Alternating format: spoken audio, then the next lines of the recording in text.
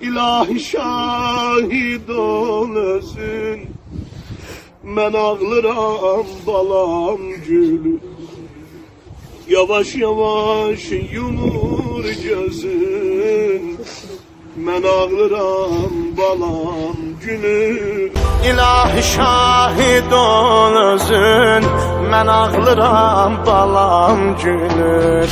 Yavaş yavaş yumur gözün. Mən ağlıram balam gülür. Yavaş yavaş yumur gözün. Mən ağlıram balam gülür.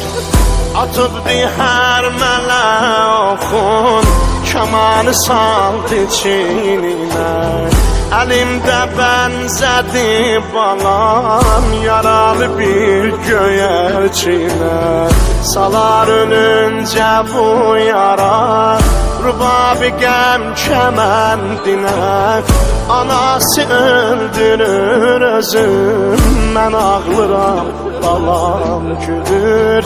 Mən ağlıram balam gülür. Çəkib ona ziyan diyan, bu nazıdan nə nazını gətirdi Kərbəlaya tar, Allah'ız imtiyazını. Necə açar qəmatını, necə yutar boğazını.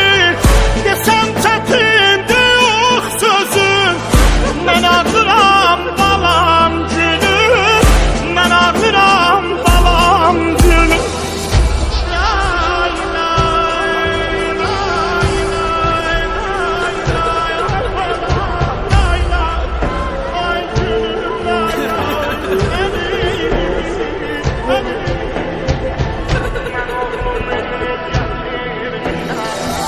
Mən oğlumu gətirmişəm, nigarimə fəda edəm.